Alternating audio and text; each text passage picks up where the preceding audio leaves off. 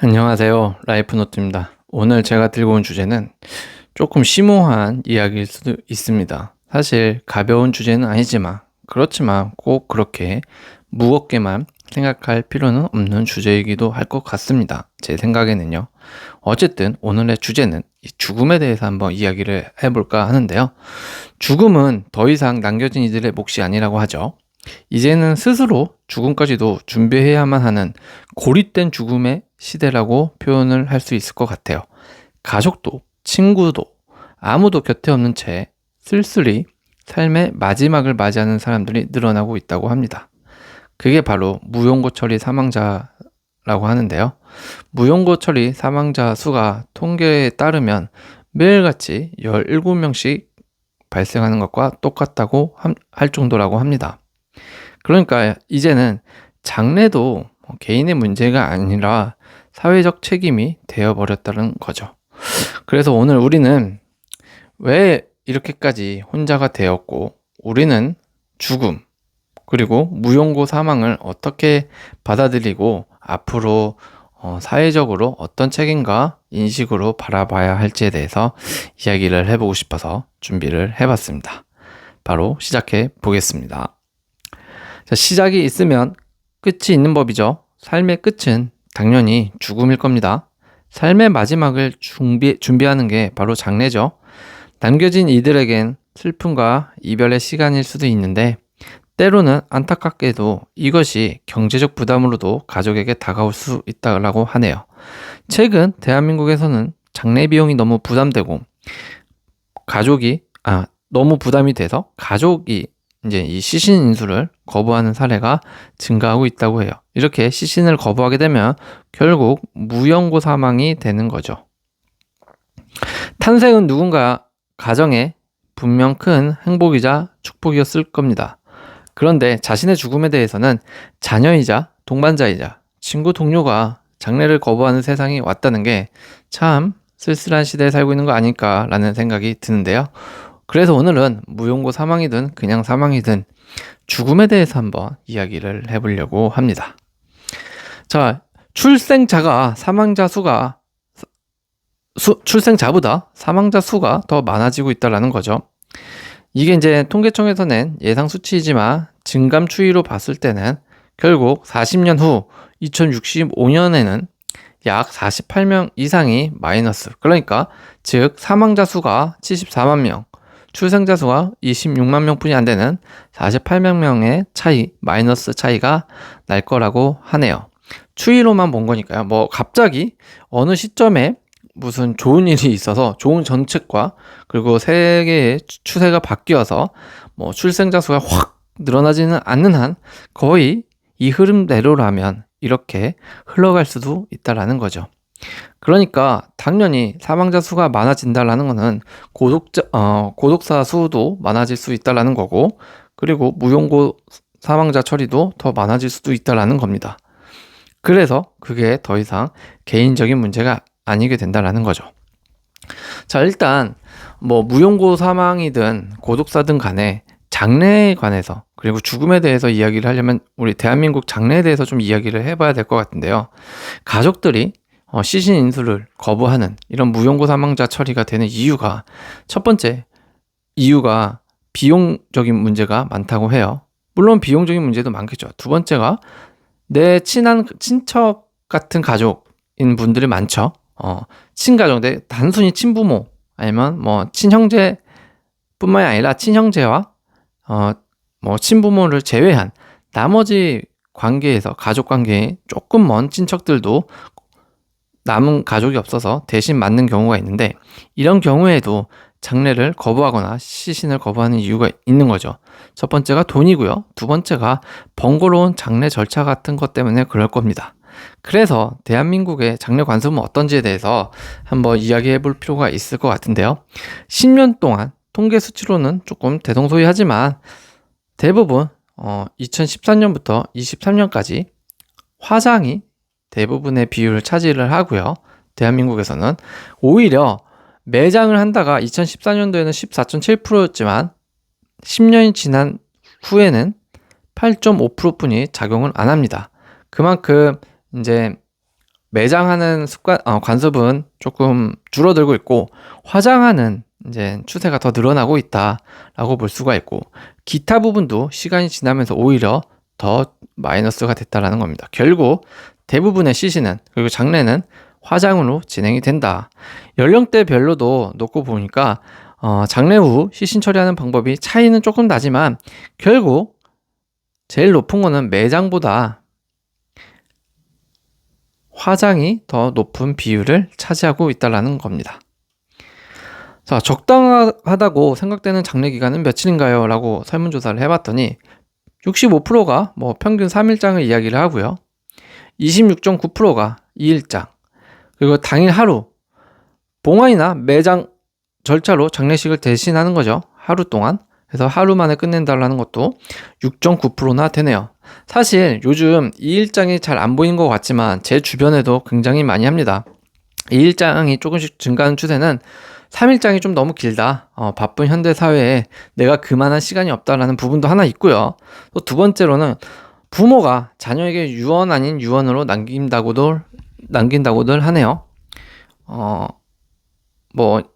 나 죽으면 그냥 대충 하루 만에 화장해서 그냥 산이나 강에 뿌려줘라. 아니면 그냥 봉안당에도 모시지 말고 어차피 죽으면 없어지는 거 그냥 뿌려주고 끝내라 라는 이런 부모님의 유언들이 많이 있다고도 합니다. 제 주변에서도 실제로 정말 친한 아니면 가까운 가족만 모시고 가족장을 하고 이틀 만에 화장을 해서 끝내는 경우를 매우 많이 봤습니다. 사실 3일장은 오히려 저랑 친하지도 않은 조금 먼 관계에 있는 지인들 장례식으로 많이 갔던 것 같고요. 가까운 지인들은 2일장을 좀 많이 했던 것 같네요. 그만큼 2일장이 조금씩 추세화되고 있는 건 사실이다. 그렇다면 대한민국의 장례 절차가 이러면 미국과 일본 장례 문화는 어떠한가? 일단 미국에서는 매장 문화라고 해요. 화장을 잘 안 한다고 합니다. 원래는 화장을 잘 안 하는 게 아니라 화장이 없었다고 해요.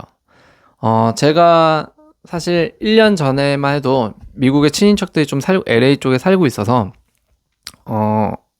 이렇게 소식을 그냥 접하면서 사는 이제 친척들이 있는데, 그 중에서도 이제 삼촌분이 이제 돌아가셔가지고 장례를 간 적이 있습니다. LA까지.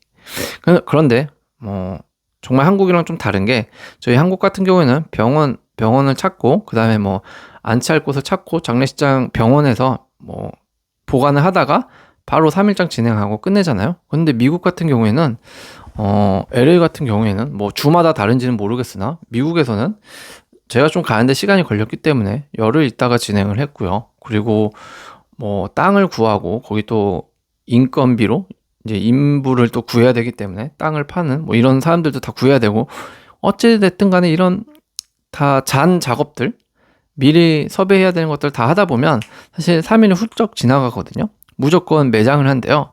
그래서 너무 신기했죠. 그런데 실제로도 미국은 매장 문화, 땅이 워낙 넓으니까 그래도 되죠. 화장 문화가 없었는데 지금은 이런 매장 문화에서 화장 문화로 이동 중이라고 합니다. 그리고 장례사 중심의 조금씩 상업화된 구조가 특징이라고 하는데, 화장을 하게 되면 간소화가 가능해지기 때문에 점점 화장 문화가 늘어나고 있는 거고, 무용고자 같은 경우에는 시정부가 대행하기도 한다고 하네요. 미국과 일본이 가장 눈에 띄는 이유가 이 비용인데요. 눈에 띄는 부분이 1,000만 원에서 1,700만 원, 많게는 2,000만 원까지도 든다고 합니다. 그리고 화장이 그나마 저렴한 거라고 하는데 그게 약 5,000불. 5,000불이라면 이것도 600만 원 정도 합니다. 6,700만 원 하는 건데 너무 비싼 거죠. 사실 미국에서 산다는 것 자체가 돈이 없으면 정말 힘든 나라인 것 같습니다.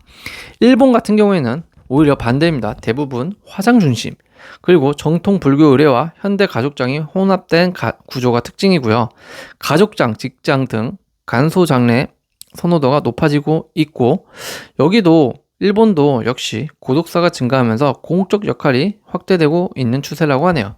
비용도 미국과 만만치 않게 1,400에서 2,000만 원, 2,300만 원 정도 든다고 하네요. 그렇다면 한국은 얼마일까요? 하기 전에 이거는 제가 뒤에서도 말씀을 드리지만 한국은 확실히 이거보다는 저렴한 것 같아요. 그럼에도 불구하고 이제는 사회적 이슈가 되는 게 바로 무용고 사망자죠. 무용고 사망자 같은 경우에는 하루 17명꼴로 이제 가족 없이 장례를 치르는 격이 된다라고 하는데, 이런 영구 사망자가 생기는 이유는 첫 번째가 1인 가구가 증가를 하고요.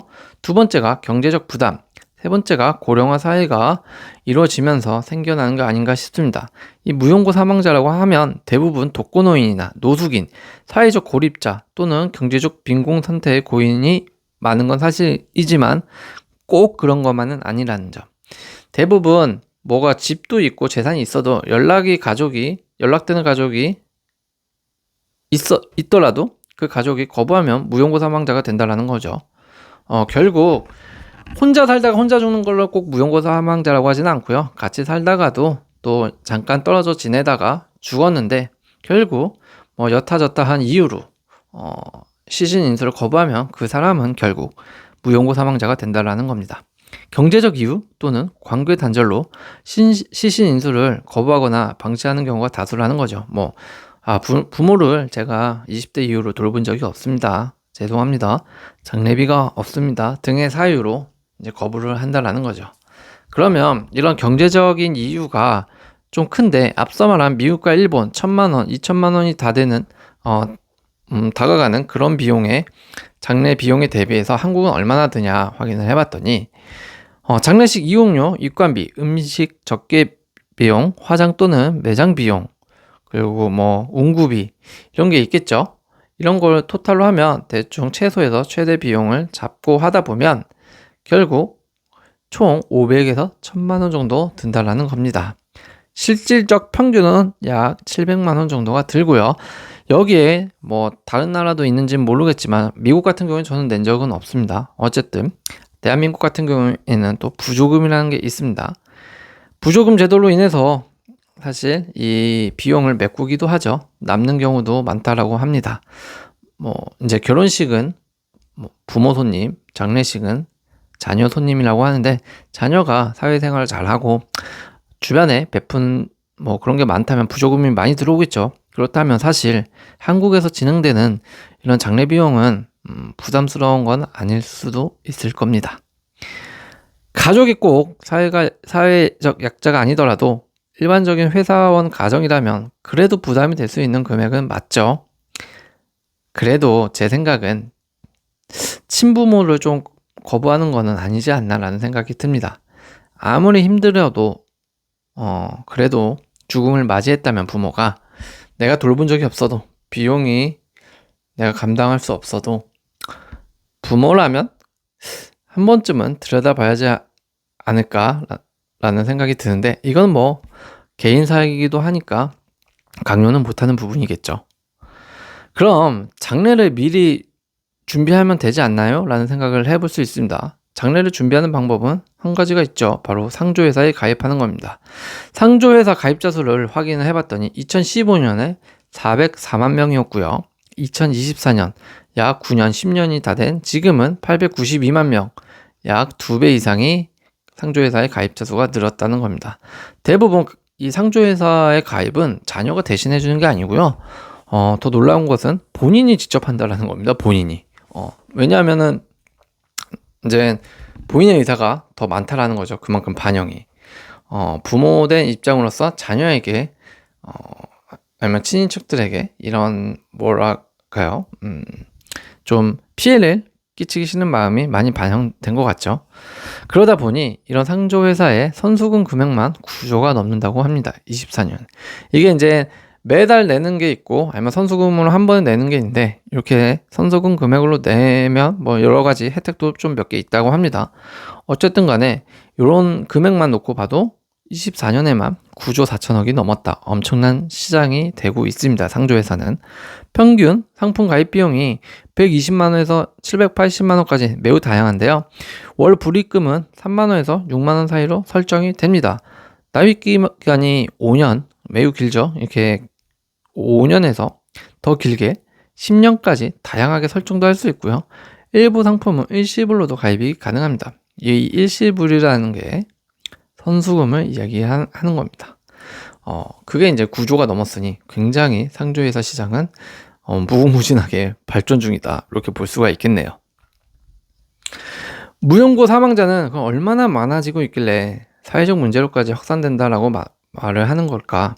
아까 기사에서도 봤지만 매일 17명이라는 단어만 보더라도 굉장히 많아지고 있다는 건데요. 총 합계 통계 수치로만 확인을 해보면 2012년도에는 사망자 수가 1025명 정도 됐는데 2022년에는 4842명 10년 사이에 4배 정도가 증가를 했다. 그리고 사실 이거는 22년도까지의 통계지 24년에는 5,000명이 좀 넘었다고 합니다. 그리고 24년에는 아직 통계 자료가 없다고 하고요.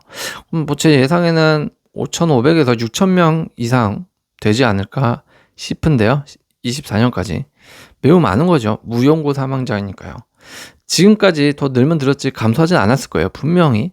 어쨌든 간에 우리의 지금 무연고 사망자 수는 이렇게 가파르게 상승 중에 있다. 그러니 아까 제가 앞서서 말씀드린 출생자 수보다 사망자 수가 더 높아진다고 하는 그런 근거들은 절대 거짓말 같은 근거가 아니라 국가에서 통계로 내볼 수 있는 충분한 근거 있는 자료라고 생각을 합니다. 그러니까 우리가 애를 어떻게 키우는 것도 중요하고 다 좋지만 일단 출생률부터가 좀 받쳐줘야 이런 좀 사망자 수 마이너스 대비하는 사망자 수를 조금은 밸런스 있게 맞출 수 있지 않을까 그런 생각도 해보게 되네요. 그러면 무연고 사망자 수가 많은 연령대는 몇 살이냐 봤더니 70대 비율이 당연히 가장 높았습니다. 그런데 여기서 좀 눈여겨봐야 할 것은 생각보다 65세 이상보다는 50대에서 64세까지 비율이 더 높다라는 겁니다. 사실 65세 이상이 저는 가장 많을 거라고 생각을 했는데 65세 이상이 되어서 70대가 넘어가야 오히려 제일 비율이 가장 많고요. 50대부터 64세까지가 65세 이상보다 무연고 사망자 수가 많다라는 거는 그만큼 50대 이전부터 사실은 무언가 가족과 절연을 한 상태로 살고 있는 사람이 저는 많다라고 보는데요. 이게 사회적 문제 인식으로 바라볼 수밖에 없는 이유 중에 또 하나가 바로 이 30대, 20대, 40대에서도 적지 않은 비율로 무연고 사망 처리가 높아지고 있다는 사실입니다. 20대가 0.4%, 30대가 1.6%, 40대가 4.4%나 됩니다. 그렇기 때문에 4.6%네요. 4.6%나 되는데요. 이것은 절대 작은 수치는 아니라고 봐요. 사실 거의 1%도 안 되게 있어야 되는 게 맞지 않을까요? 그런데도 40대인데도 지금 이렇게 무연고 사망자 수가 많다라는 것은 시간이 갈수록 30, 40대도 이렇게 높아지지 않을까라는 생각을 해보네요. 이렇다면 정말 심각한 게 30대, 40대 딱 가족과 연락이 없이 혼자 살면서 죽은 게 아니잖아요. 대부분은 그 전부터 혼자 살고 은둔형 외톨이처럼 살아가다가 죽는 고독사하는 경우가 더 많을 수 있다는 건데요. 이러니까 이런 젊은 층의 고독사를 외면할 수 없고 사회에서도 무연고 사망 처리도 점점 처리하는 방법과 아니면 법안들을 수정하고 계속 입법해서 좋은 법안을 내야 된다고 생각을 합니다. 무연고 사망자는 대부분 어디서 발견될까 생각을 해보면 보통 노숙자를 많이 상상하죠. TV 다큐나 드라마 같은 데서 보더라도 허름한 차림에 이제 지하철 밑에 도로 같은 데에서 자다가 이제 추운 겨울에 자다가 객사하는 그런 노숙자를 많이 상상할 수 있는데 꼭 그렇지만은 않더라라는 겁니다. 길거리에서 발견되지 않고요. 대부분 무연고자 사망 장소는 요양병원이나 병원이 가장 많고 그 다음에 주거지라고 하면 주택도 있지만 보통 고시원이나 쪽방을 이야기를 하죠. 이런 순서대로 있었다. 거리에서 오히려 사망한 경우는 매우 극소수였다. 4%였다. 이런 걸 보면은 그래도 이런 무연고 사망자는 생전에 병원 시설 같은 데 좀 들어가서 지내다가 돌아가시는구나라는 생각도 좀 들고요. 취약계층이 좀 많은 건 사실이지만 생각보다 노숙자를 의미하는 게 아니고 대부분 거주지는 절반 이상이 주택이 있다라는 겁니다. 뭐 보통 주택이라고 하면 월세 싼 것도 있지만 반지하도 있지만 뭐 임대주택도 있겠죠. 네, 임대주택도 있을 거고 반지하도 있을 거고 이런 것도 다 주택입니다. 어쨌든 어떻게든 간에 무연고 사망자 분들은 계속 집에서 생활은 하고 있다. 꼭 노숙자로 생활하는 건 아니다라는 거고, 그 다음에 주택 다음으로 이제 들어가는 게 쪽방, 고시원, 뭐 여관 이런 데일 거고, 아파트는 그래도 꽤 있습니다. 적지 않은 비율로 있는 거고, 거주지가 요양병원이나 이런 주민등록 말소가 돼서 모른다라는 경우가 다음 순서대로 차지하고 있는데요. 뭐 생각보다 비율이 낮습니다. 어찌됐든 간에 우리가 무용고 사망자라고 하면 막연히 노숙자를 생각을 하는데 절대 꼭 그런 이미지만은 아니다.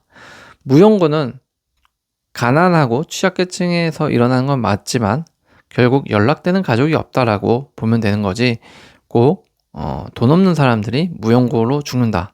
그건 아니겠죠. 그런데 또 반대로 생각을 해보면 돈이 많고 뭐 성공한 계층이 무용고로 또 사망을 하겠습니까? 그렇죠? 결국 무용고 사망자는 가난, 취약계층이 많은 건 사실일 거다. 하지만 우리가 생각했던 만큼 극악의 가난을 이야기하는 건 아니다라는 정도가 되겠네요. OECD 40개국 토대로 조사를 해봤더니 죽음의 질이라는 지수가 있다라고 합니다. 이게 뭐냐면은 죽음에도 질이 있대요. 수면에도 질이 있듯이 죽음에도 질이 있는데 전반적인 의료 시스템, 말기 치료의 비용, 그 나라의 그리고 말기 치료 이용의 편의성, 말기 치료에 하면서 받는 그런 퀄리티 같은 것들이 있죠. 이런 것들을 종합적으로 수치화했을 때 순위를 쫙 먹인 겁니다. 나라별로. 그랬을 때 OECD 국가 중 죽음의 질 지수가 가장 높은 게 어디냐 했더니 1위가 영국이었고요. 이웃나라 일본이 14위, 우리보다 높았고 한국 같은 경우에는 18위였습니다. 한국은 경제 강국이긴 하지만 죽음에 대한 준비는 아직 일본보다 못한 것 같네요. 영국과 1위인 영국과 비교를 해보면 전반적인 의료 시스템은 어떠냐. 다행인 거는 우리나라가 대한민국이 이제 의료 시스템이 세계 강국에 속한다고 하잖아요. 이게 여실히 보여주는 게 죽음의 질에서도 볼 수가 있는 게 전반적인 의료 시스템은 1위인 영국이 28위이고 대한민국 같은 경우에는 20위에 속해 있습니다. 그만큼 우리나라는 대한민국은 전 세계적으로 봤을 땐 18위일지 몰라도 의료 시스템만큼은 강국은 확실하다. 그런데 비용은 영국이 전 세계로 봤을 때 18위고 평균이 한 6 정도가 되네요. 그리고 말기 치료의 비용이 대한민국은 35위, 매우 차이가 나죠. 이용의 편의성 같은 경우에는 영국은 아예 1위를 차지하고 있고요. 한국은 30위를 차지하고 있네요. 말기 치료의 질, 영국은 역시 1위고요. 대한민국은 29위. 매우 갈 길이 멀어 보입니다. 그만큼 전반적인 거 이거 외에도 다른 것을 또 수치화해서 종합적으로 비교를 했겠죠. 그랬을 때 이제 그 나라의 죽음의 질을 수치화했을 건데 사실 대한민국이 18위인 것도 저는 그렇게 낮은 순위는 아니라고 봅니다. 왜냐하면 위에 1위부터 14위까지만 보더라도 꽤 잘 사는 그리고 복지가 잘 되어 있는 유럽 국가들이 대부분을 차지하고 있는 거고 사실 18위 밑에 보면 이제 여기 인도와 이라크도 있지만 여기 밑에는 또 중국도 있습니다. 중국이 30 몇 위였는데 제가 기억이 안 나네요. 어쨌든 이렇게 중국도 대한민국 밑에 있는데 결국 저희 한국 기준으로 밑으로 놓고 보면 인도, 이라크, 중국 이런 나라들만 보더라도 그냥 느낌만 보더라도 우리가 알고 있는 그 나라의 이미지로만 보더라도 죽음의 질이 왠지 낮을 것 같다라는 생각이 들지 않나요? 저는 그 나라가 갖고 있는 고유의 이미지라는 게 있기 때문에 그대로 그 나라의 시스템이 따라간다고 생각을 합니다. 그런데 수치상으로도 여전히 열실히 드러나고 있죠. 인도, 중국, 이라크. 그만큼 대한민국은 아직 죽음에 대한 준비가 일본에 비해서는 부족한 건 맞지만 그래도 경제 강국이면서 갈 길은 좀 부족하지만 그래도 높은 측에 속하는 거 아닌가라는 생각은 듭니다. 이웃나라 일본은 준비가 활발합니다. 생전에 장례식을 하는 문화도 생겼다고 하네요. 생전 장례식이라고 하는데요. 일본에서 인기 있는 인종 준비 활동 중 관심 있는 건 무엇이냐고 조사를 해봤더니 1위가 상속증여, 재산관리법 배우는 거고 2위가 죽음에 대처하는 법, 3위가 유언장 작성하기, 기타 등등이 있습니다. 이런 것들에 대해서 매우 생전 장례식이라고 해서 이런 것들을 생전에 살아있을 때 다 준비를 하는 것에 관심이 있고 이것들을 다 끝내고 나서는 모두 생전 장례식을 하려고 한다고 하네요. 물론 모두는 아니겠죠. 일부이겠지만 그만큼 빈번히 많은 사람의 수가 그리고 점점 급증하고 있다라는 겁니다. 살아있을 때 장례식을 하자는 마인드로 변화되고 있다라는 거죠. 일본 문화는 지금. 사실 생전 장례식이라는 말이 좀 웃긴데요. 요거는 장례는 죽은 사람을 위한 것이잖아요. 때문에 생전 장례식보다는 이별식이나 연결식이 오히려 맞는 표현 같습니다. 아무튼 일본에서는 생전 장례식이란 게 빈번하게 있는 일이기도 하고요. 자신이 죽음을 맞이하는 준비를 직접 이렇게 한다고 합니다. 이제 생전 장례식이라는 거는 내가 어느 정도 말기암 환자다 하면 이제 여명이 보인단 말이죠. 그랬을 때 내 지인들을 초대해서 나 먼저 갈게. 그동안 즐거웠고 이러한 점 너무 행복했다. 이러한 점 너무 미안했다. 이야기를 주고받고 서로 즐겁게 노래도 하고 맛있는 것도 먹고 파티처럼 그러고 나서 이제 자신의 생과 마감을 작별 인사를 하는 그런 장례식을 생전 장례식이라고 하네요. 아이디어도 신선하고 예전부터 있었던 거지만 일본에서 이렇게 직접적으로 계속 한다고 하니까 더 좀 배울 거는 따라서 해볼 법한 한 것은 대한민국에서도 해보면 되지 않냐라는 생각이 좀 드는데요. 이뿐만이 아니죠. 일본은 이것에 대한 사업들도 조금 활발하게 이루어진다고 하네요. 죽음을 준비하는 사람들끼리 모여서 차를 마시고 자신의 죽음을 이야기 나눌 수 있는 데스카페라는 것도 있다라고 하고요. 이렇게 각자 죽을 병이죠. 죽을 병 그리고 그 죽을 병의 환자들의 지인들도 같이 있어서 서로 죽음에 대해서 이야기를 해본다. 이거는 매우 좀 신선합니다. 이것도 저는 이 부분은 찬성인 것 같아요. 사실 죽을 병에 걸린다라는 것은 정신 자체가 온전하지 못한 경우가 더 많을 텐데 이렇게 차를 마시고 자신의 죽음을 이야기할 수 있다는 것은 그래도 몸 컨디션이 어느 정도 따라준다라는 이야기로 해석이 됩니다. 때문에 이런 게 가능하고 있다라면 저는 일본은 정말 잘하고 있다라고 좀 보고 싶고요. 그리고 생전 장례식과 같이 생전 장례식을 하려면 셀프로 자신의 장례를 준비를 해야 된다고 합니다. 생전 자신이 직접 죽은 후 장례 절차까지 고를 수 있는 엔딩 산업까지 확대되고 있는 분위기라고 하네요. 이게 뭐냐면 자신이 죽으면 어떤 수의를 입고 그리고 자신이 다 고른 겁니다. 어떤 관에 들어갈 거고 어떻게 화장을 하면 이쪽에서 이렇게 위치를 보여주면서 이쪽에서 화장을 하고 이쪽에는 사람들이 서 있을 것이다. 그리고 이쪽에서는 상조회사가 이제 운구할 거고 화장하고 이쪽에서 화장을 해서 화장해서 이제 가루가 나오면 이게 어디로 이동을 할 것이다. 이런 것들을 하나서부터 모든 것을 다 내 스스로 선택할 수 있는 산업이라고 해요. 이게 바로 엔딩 산업이라고 합니다. 원래 죽고 나서는 내가 고를 수 없잖아요. 그런데 살아있을 때 이런 모든 것을 내 스스로가 먼저 정한다. 이것도 참 일본다운 발상이기도 하고 나쁜 것 같지는 않은 것 같아요. 이 산업만의 이유가 있는 거니까요. 그럼 대한민국은 어떤가요? 한국에도 생전 장례식을 했다라고 하네요. 외국에는 일본 같은 다른 유럽 국가에도 있습니다. 외국에는 좀 덜어 있지만 한국에서는 그래도 아직 생전 장례식이라는 게 좀 생소하죠. 그런데 서울의 한 시립병원에서 85세 A씨가 전립선 말기암 판정을 받고 연명치료를 중단하기로 결정을 했다고 합니다. 그리고 병원에서 생전 장례식을 개최해서 열어주었다고 하는데요. 약 2시간가량의 지인들을 초대해서 밥도 먹고 노래도 부르고 서로 껴안고 마지막 인사도 했다라고 하네요.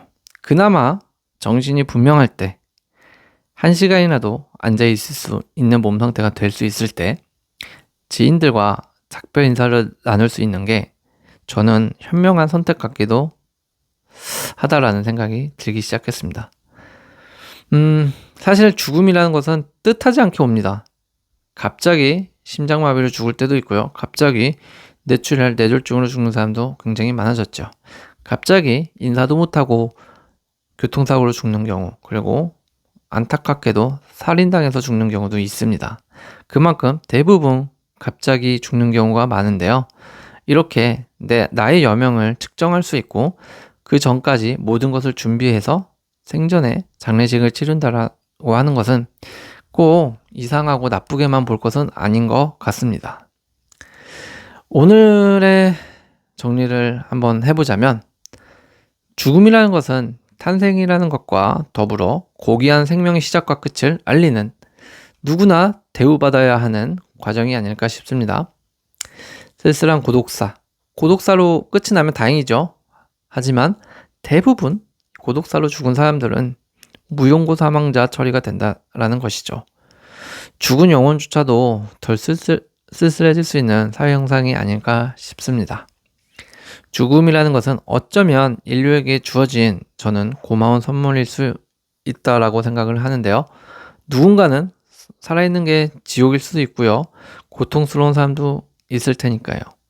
우리는 영원히 살 수 있다고 하면 오히려 주어진 삶에 대해서 소중함을 못 느낄 수도 있다라는 생각까지 듭니다. 죽는 그날까지 후회 없는 삶을 살다가 잘 정리하시고 가시길 바라겠습니다. 생전 장례식 같네요. 오늘도 시청해 주셔서 감사합니다.